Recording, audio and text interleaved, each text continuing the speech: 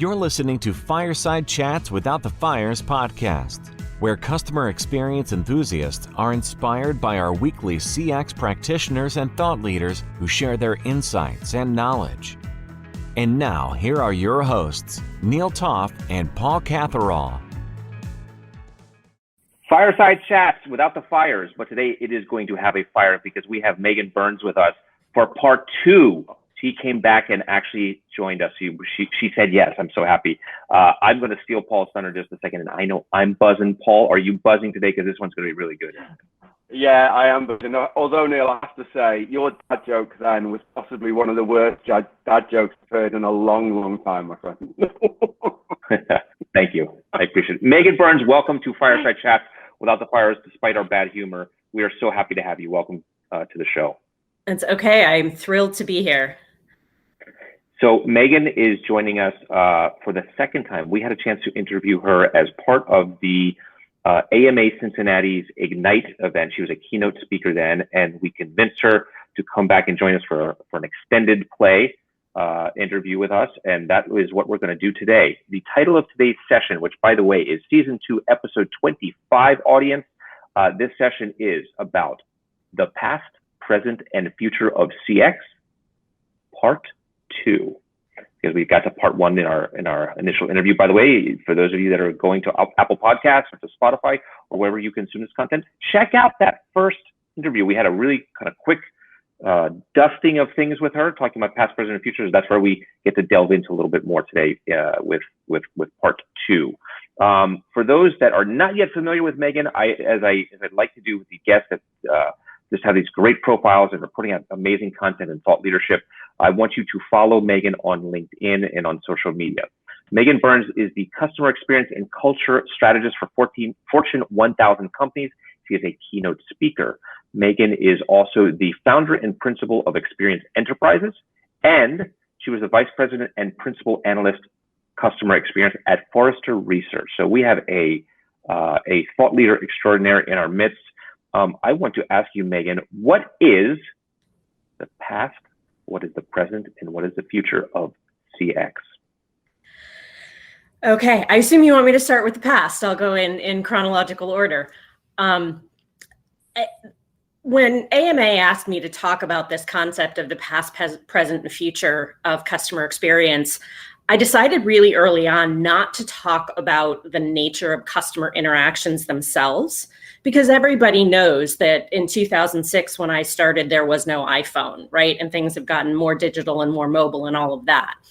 So what I focus on is what's the past, present, and future of companies' attitude toward and activities around customer experience, and how have they evolved in the last 15 years? And when I first started in 2006, 2007, I talk about that period as the awakening, because companies were just starting, and certainly not all companies, were just starting to think about this idea of customer experience as more than just usability or customer service. And there were some forces that were pushing that. When the iPhone came out, it made user experience and the concept of differentiating on experience, that was suddenly something consumers knew about and everybody was talking about. We were starting to see the rise of social media. And so the implications of one bad customer interaction were magnified. So people were starting to think, okay, well, maybe we ought to pay attention to this. But what really hit the accelerator was the Great Recession.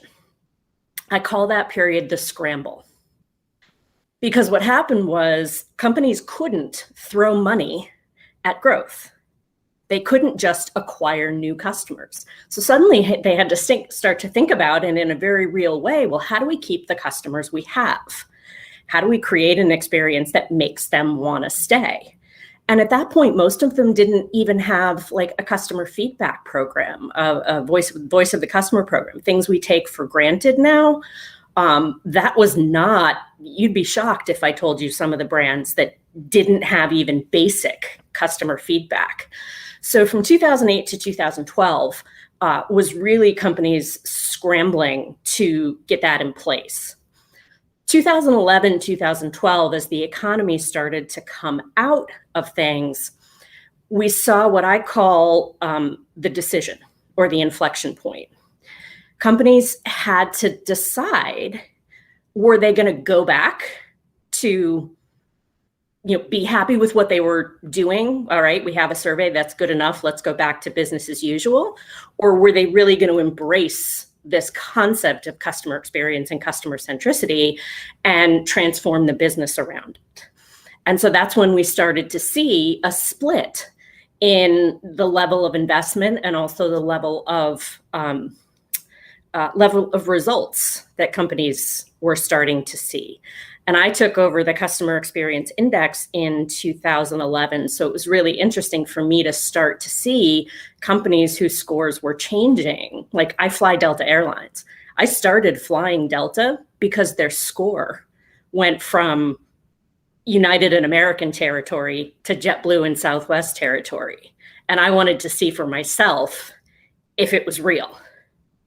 And so I started flying Delta, and now I'm a loyal Delta customer, in addition to being a huge fan of their customer experience transformation.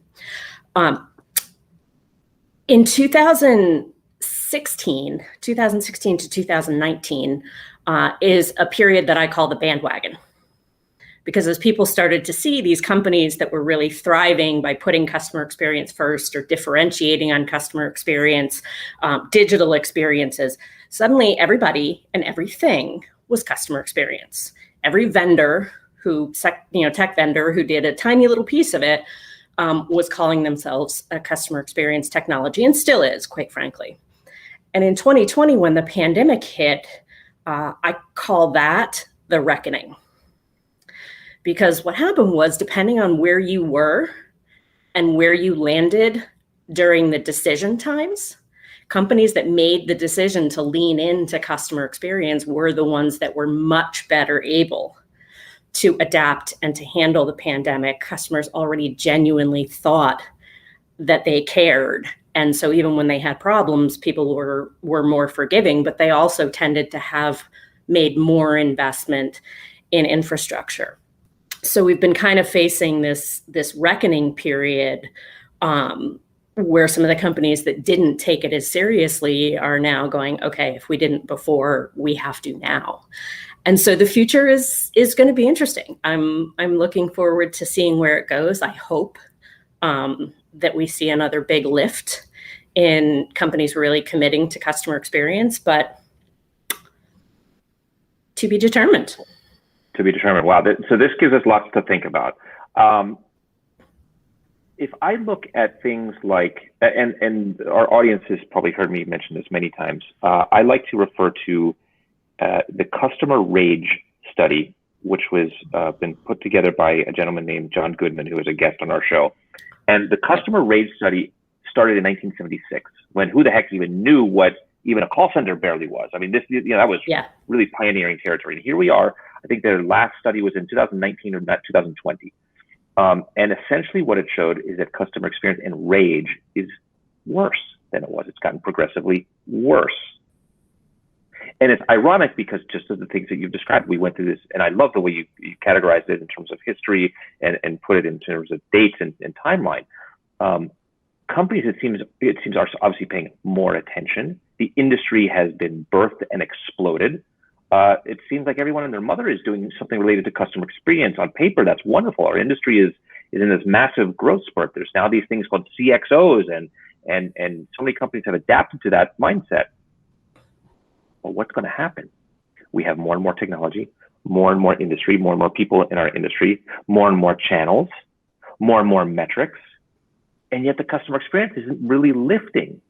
Is it a reason to feel pessimistic, or am I being overdramatic here? You're not being overdramatic, but I think it's a reality that we have to accept, which is the better we get, the more customers will expect us to be that good, right? And that's how human brains work. It's called the hedonic treadmill. And, we didn't, it was absolutely mind blowing if somebody had a mobile website 10 years ago. Now it's like, what do you mean you don't have a mobile friendly website? Like, so that process is going to continue to happen. I think there are also some companies that are bigger and slower to do this because they are bigger.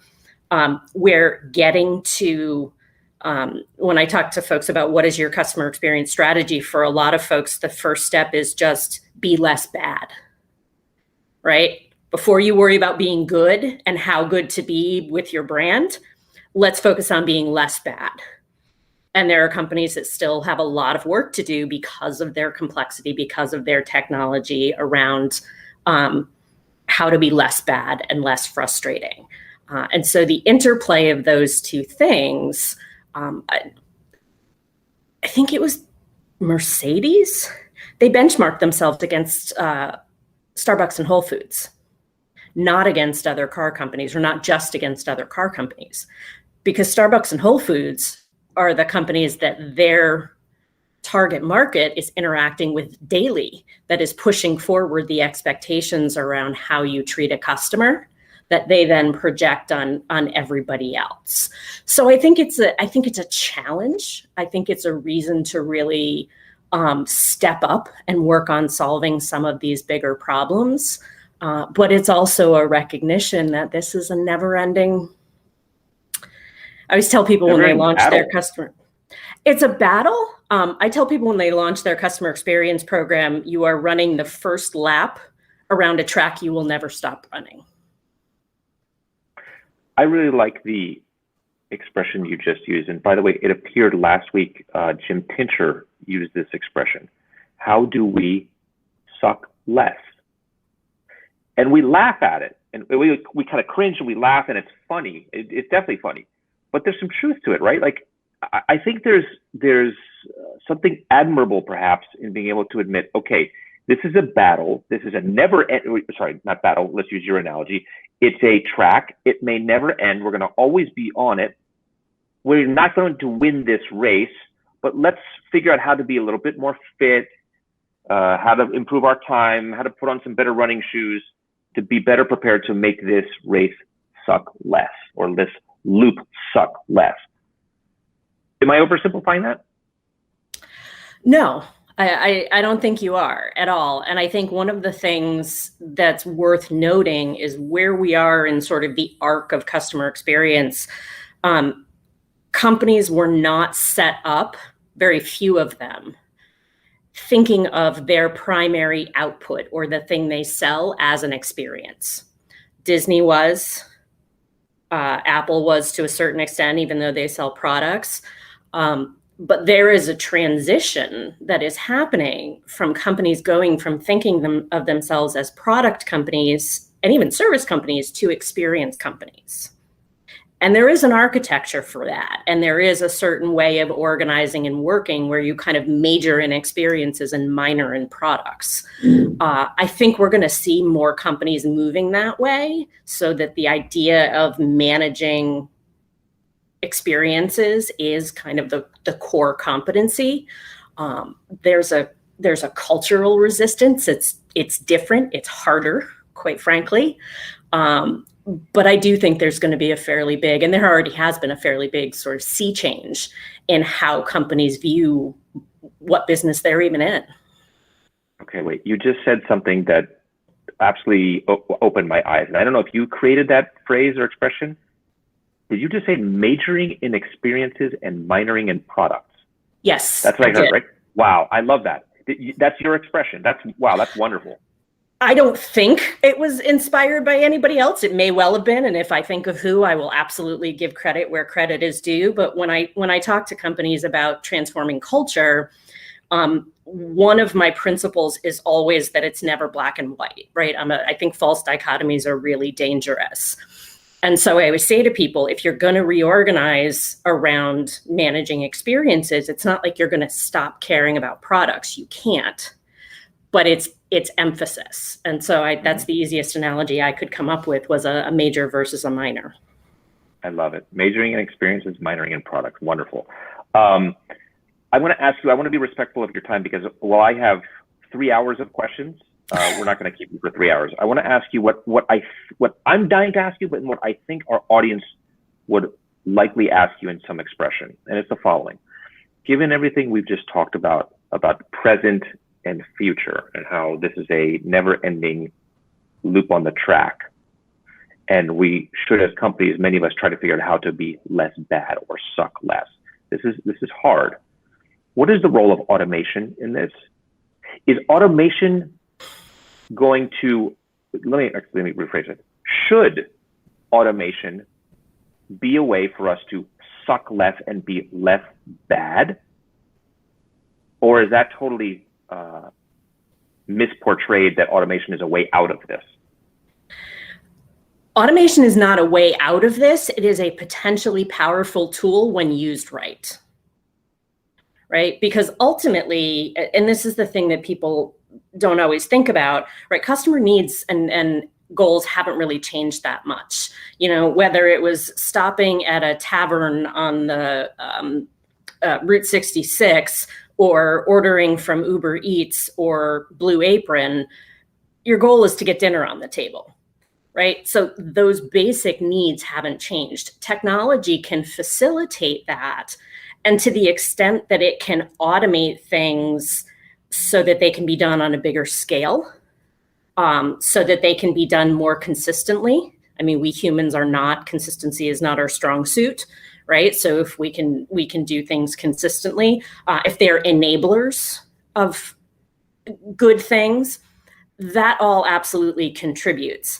I think what people don't think about and need to recognize is that, like, artificial intelligence, bots and things like that, that's not a customer experience innovation. That's a technology innovation. Because ideally, when it works right, the customer can't tell that they're talking to a bot. They feel like they're talking to a human. So the experience is exactly the same. It's just cheaper and easier to execute at scale with no less quality. Sorry. But there's value in that, right? Like if it's faster, if it's cheaper and doesn't suck more, it's a win, isn't it? Yeah. And it's the and doesn't suck more part that's hard. Now, some people will tell you that you call a call center and you get a human and you feel like you're talking to a robot, right? So there's a little work to be done on either side. But no, I don't think technology is bad. I think it's a tool. And our ability to use it to solve this problem depends on our ability to stay focused on what the human beings we are serving actually want to experience. Excellent. I am left with no fewer than 24 more questions that I want to ask you, but I'm gonna try to stay on point here and try to move through the rest of the podcast, because I want to ask you the questions that we ask each of our guests, because I have had the privilege of seeing what your responses I think are going to be, and I want our audience to have a chance to share in these. We always like to ask our guests 3 things. First of which is a CX myth that you would like to bust. In all of your experience and the work that you've done and types of companies you've worked with, I imagine you come in contact and come across lots of myths, have a chance to break and bust a lot of them. What is one of those myths that most stands out to you that you would like to really take that axe to and just hack away at? It's the myth that you have to every customer every time. People say that because they think it's motivating. But I have friends and family who are directly on the front lines of retail and customer service. And I can tell you that is not motivating to them. That is an imperfect standard they will never reach. It's also not accurate from a psychology perspective, right? People like consistency. I don't necessarily order from Amazon because I'm going to get a wow experience every time, but I know I can count on them. And I know they'll give me a good experience, and they have strategically improved. So when I talk to companies about, well, then what should you do? I always tell them that the goal should be a customer experience that is consistently good and strategically amazing. I love this. I'm injecting my own opinion here on this, which I normally don't on this part of the podcast, but I will share it. I hate the concept wow and of delight. I think they are total BS, for lack of a better expression. They are unattainable for most of our organizations, and they should not be attainable.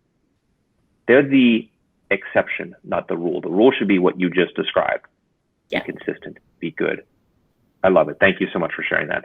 Let's move on to the second part of this final third. You have some CX quotes that you want to share, and you're going to do something, by the way, which I think you might be the pioneer in this. You're going to do something in who you're going to quote, which has never been done on this program before, which I love. Please fire away CX quotes, and share with us, of course, who the originator of these quotes is. Sure. So I asked you, is it okay if I quote myself? And I rarely do that, which is frankly something that I need to work on. And there are lots of great people that have said things, but I've also seen a couple phrases I use that when I say them, I see light bulbs going off in clients' heads. So that's what I want to share. The first one is that customer experience is the eat healthy and exercise of the business world. Everybody knows it's important, and on some level, they know what they should do, but they still need help doing it, and motivation isn't enough. Love this. By the way, it's absolutely okay that you quote yourself, because if you don't do it, I'm going to do it. Okay, this is a great quote. Customer experience is the eat healthy and exercise of the business world. People know it's important, but motivation isn't enough. I love this. Powerful. Well, and it came from, I came up with that in part from going from a time where we couldn't get people to pay attention and people didn't want to we successfully convinced people that this mattered and they wanted to, and it still wasn't working. So it's like, okay, there's got to be a different problem. And the second quote is actually a direct follow-up to that, which is that scale creates problems that empathy can't solve. Explain. In a big enough company, in a big enough system, you can have, and it doesn't even have to be that big. You can have the most caring, customer-centric, well-meaning people who can't collaborate with people they don't even know exist, right? It's not that the right hand doesn't know what the left hand is doing. The right hand doesn't even know that the left hand exists. When I was at AT&T, we had a vendor that actually had a conference to bring all of the groups within AT&T that were using their software together, because we had never met, we didn't even know about each other. Crazy. And that's important because a lot of CX programs focus on sort of engagement and motivation and energy, which is great. But then you have to think about, okay, how do we take the people that are like, I would love to do this if you would just X, Y, and Z, and start to build those systems that enable them to do the things that they would intrinsically do if they weren't in an environment that made it impossible. Super. Thank you for sharing that. Let's move on to the final part of this section, which is who are your CX heroes? And I'll also share that because I've had a chance to know ahead of time what I think you're going to say. This is a special one. So my CX hero is all of the people who are on the front lines. And I mentioned this earlier. I have friends and family, many of them, who have been on the front lines of retail and customer service and things for many years. And I've always thought that they weren't necessarily treated with enough respect or given enough credit for the good that they do, but also for the challenge that they face. But particularly in the past year of the pandemic, I heard stories about managers who had to deal with irate customers. And I was like, okay, so that's a Tuesday, right? It's a specific instance of a situation that happens all the time that people have to deal with. And so the ability to manage that and deliver, especially when customers are, quite frankly, becoming more entitled and more rude. The number of people who do it right and who, because they do it right, go completely unnoticed, it's a shame. Yeah. This is going back to the previous statement you made about empathy. This is where empathy is important. And empathy should be introduced at a more of a scale empathy of the work that the frontline employees have to deal with and go through. And those of us that lead the frontline employees need to have vis-a-vis our interactions with the people that work on behalf of us. Yeah, one of my family members said to me once, and she was only half kidding, somebody like you told somebody at corporate that we should do XYZ, and now I have to waste 2 hours doing this stupid thing that isn't going to actually improve customer experience. And I love that, because that keeps me real. And that keeps me focused on things that are actually doable and on things that are going to move the needle, generally not as fast as corporate folks would like, but things that represent the reality of what happens on the ground. Someone like you, that's a powerful statement, right? Mm-hmm. That's like a big finger point. Someone like you, with the emphasis on the pointing finger, kind of looking at you between your face and your chest, someone like doing this, poking at you. Yeah. And they're absolutely right to do that, because thought leadership is only valuable if the thoughts can end up translating into real life. They don't work in theory land. Well stated. So that's my challenge. Well stated. Megan, I have a concluding thought. I was wrong about you. And I will say this. When we had our last interaction with you, I thought she's going to be a really good guest. We got to get her on. Hopefully she'll say yes to us. But guess what? I was wrong. You were a fantastic guest, and you knocked it out of the park. We are so grateful to have you. These are thought-provoking ideas. The only thing that I regret here is not having more time to ask you questions, but that's going to lead me to the next thing I want to ask you, which is, will you come back at some other point and share more about present and future as we go through and have some more time? But we would love to have you come back and join us at another point into the future. Absolutely. I love talking about this. I do this work because I'm passionate about it. So I would be delighted to come back.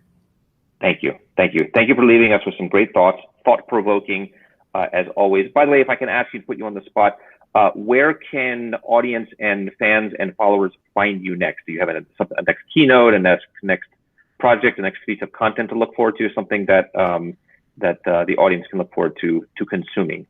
The best place to go is LinkedIn. That's where I tend to post things. Something you can check out every week. I run a series called Word Nerd Wednesday. I'm a big fan of the power of language as a change agent. And so you can look for next Wednesday, what I put out a word, and I either talk about the history or the origin, or I really challenge people to think about, well, what does this actually mean? So that's probably the most immediate next content. You can also Megan-Burns.com, MEGAN-Burns.com is my website, and any new videos or anything I post there, that's where they'll end up. Super. Megan, you've been a rock star. You've been a keynote. You've been fantastic. And like I said, a wonderful guest. Thank you so much for joining us. Audience, if you like this content, and you better like this content, because man, I love this content.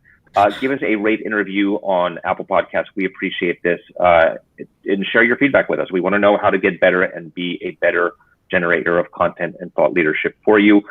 Once again, this is season 2, episode 25, the past, present, and future of CX part 2 with Megan Burns, signing off. Thank you so much.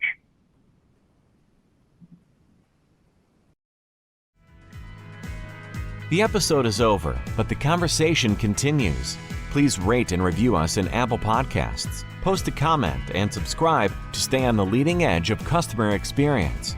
To get in touch or be a guest, follow us on Twitter @ChatsFires, or on LinkedIn, or in your podcast repository of choice. Thank you.